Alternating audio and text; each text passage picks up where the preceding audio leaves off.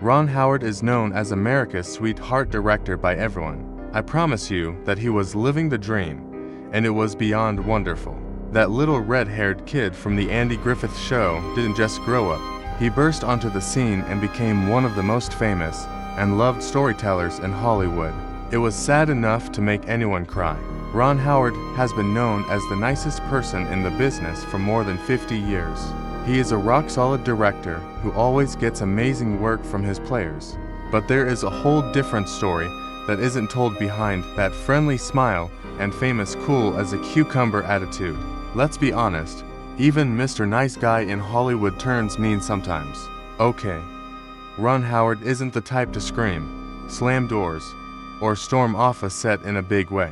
No, the way he leads is based on deep respect and careful thought. His unwavering opinion has always been that actors can only give truly amazing performances if they come to work ready to do their best and with a humble attitude.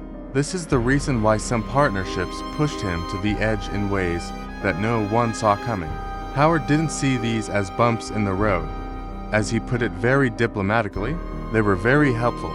From his days as Little Opie on the Andy Griffith Show to his time as a director of huge blockbuster movies, Howard worked with players who tested every single drop of his famous patience. Some of them caused complete chaos on his sets, which were perfectly organized. Some people thought their huge egos were ability, and a few of them just didn't follow the unspoken rules of business he expected. This wasn't your average beginning fight. Make no mistake about it. Oh no, those were terrible fights. The kind of poisonous stress that lingered long after the cameras were taken down and secretly affected Howard's choice of actors for years to come. So, tonight, we're letting you in on the secret truth behind those quiet grudges. We're showing you the explosive fights that happen behind the scenes that show even the most patient Hollywood saint has a line you should never cross. It is said that Ron Howard could not stand to work with these 7 stars. The one and only Andy Griffith starts our list at number 1. You see, Ron Howard's whole Hollywood career is based on being kind and respectful. The guy totally made his own vibe and artistic style. I don't know if he ever took an acting class or not. He doesn't have huge temper tantrums or burn down his relationships. But just below that perfect exterior and the guy who very bad story. The man who played America's favorite sheriff was not at all like the fatherly figure he played when the cameras stopped running. This story goes all the way back to his first days in Mayberry. When Ron Howard was only 6 years old, he was cast as the cute sheriff's son Opie Taylor on the Andy Griffith Show. He was overjoyed and had wide eyes. He was Mayberry's little red-headed love for millions of fans all over the United States. Andy Griffith seemed like the perfect teacher for little Ronnie. Howard said in an interview in 1982, "Andy really made me feel like I was part of the family." As Howard got older, he began to see that the man behind the badge wasn't as good-natured and picture-perfect as Mayberry seemed. That was just a mask for a much more troubled reality.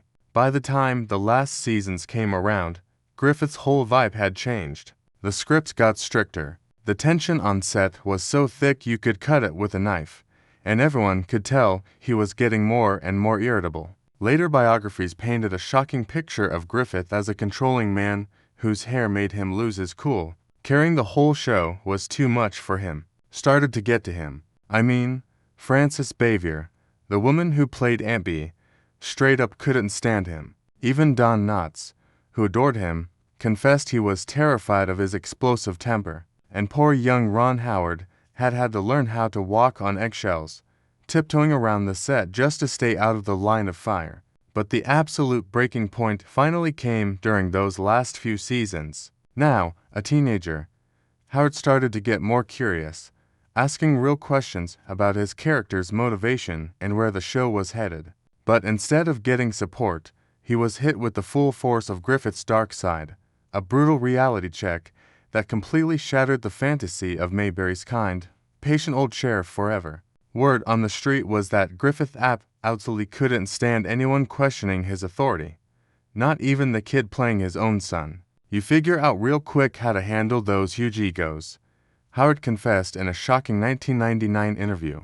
especially when someone can just flip a switch and pour on the charm for the camera and then just as quickly turn ice cold the second the camera stopped rolling. And once the Andy Griffith Show was over, the writing was on the wall. Howard and Griffith barely exchanged a word. They never worked on another project together, were almost never seen in the same room, and kept only the barest, most professional connection imaginable. So, when Griffith passed away in 2012, Howard's tribute was shockingly brief, meticulously worded, and just screamingly restrained. That whole nightmare taught Howard a lesson that would define his entire career as a director. That incredible warmth you see on the screen, it had to be just as real when the cameras weren't rolling. From then on his sets, what you saw was what you got. The kindness and respect his cast and crew felt had to be as authentic as the very stories they were telling. Number 2.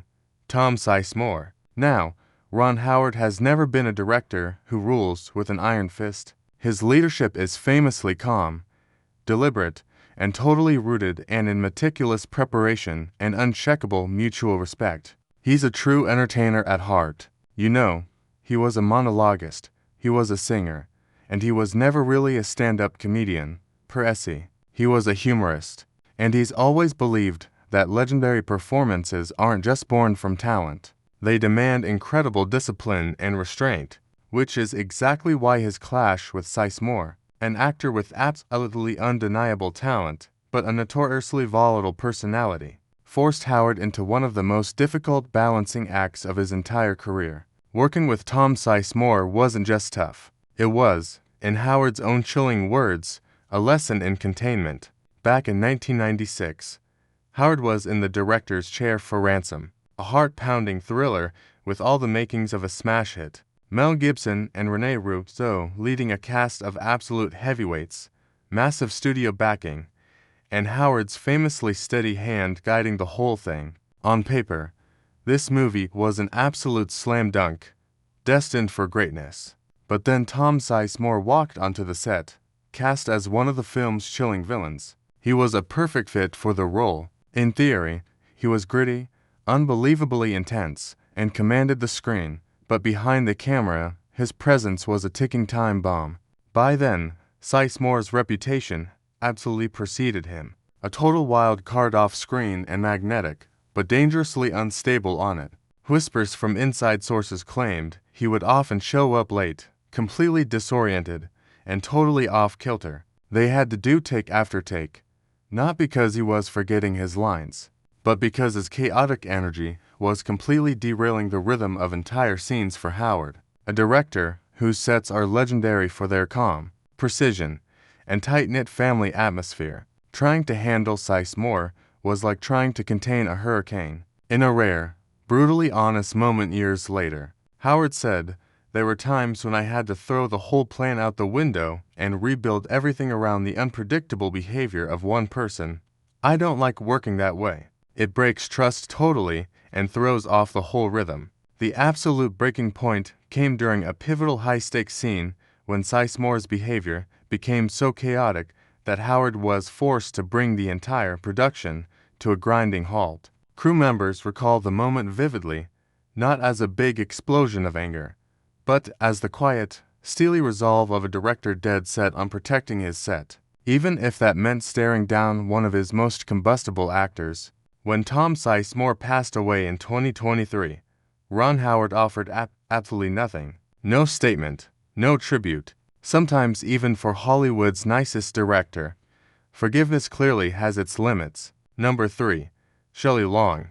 Now, if there's one thing Ron Howard has always believed in, it's balance. As a director, the man thrives on collaboration. He's like a conductor who builds this incredible harmony above everything else. And, you know, to this very day, if you put him in front of a crowd, he is unbelievably entertaining. His sets are famous for their incredibly calm, steady focus. Places where actors feel completely safe to explore their craft because they know their director is truly listening, adapting, and guiding them with incredible patience. But back in 1982, that entire philosophy was about to be put to the ultimate test. The project was Night Shift, Howard's very first big studio movie, a quirky comedy starring the legendary Henry Winkler and a breakout star named Michael Keaton. For the young director, barely even in his 20s, the stakes were absolutely astronomical. Everything was perfectly in place to run like a dream. And then Shelley Long walked in. At the time, she was hot off a massive TV hit, but not quite the superstar Cheers would soon make her. On paper, she was an absolute dream for the role. Brilliant, sharp, tongued, and able to flip between sweet and savage in a heartbeat. But the dream turned into a nightmare almost instantly. The crew would later whisper about her iron-fisted control, how every move was planned down to the millimeter. While Michael Keaton,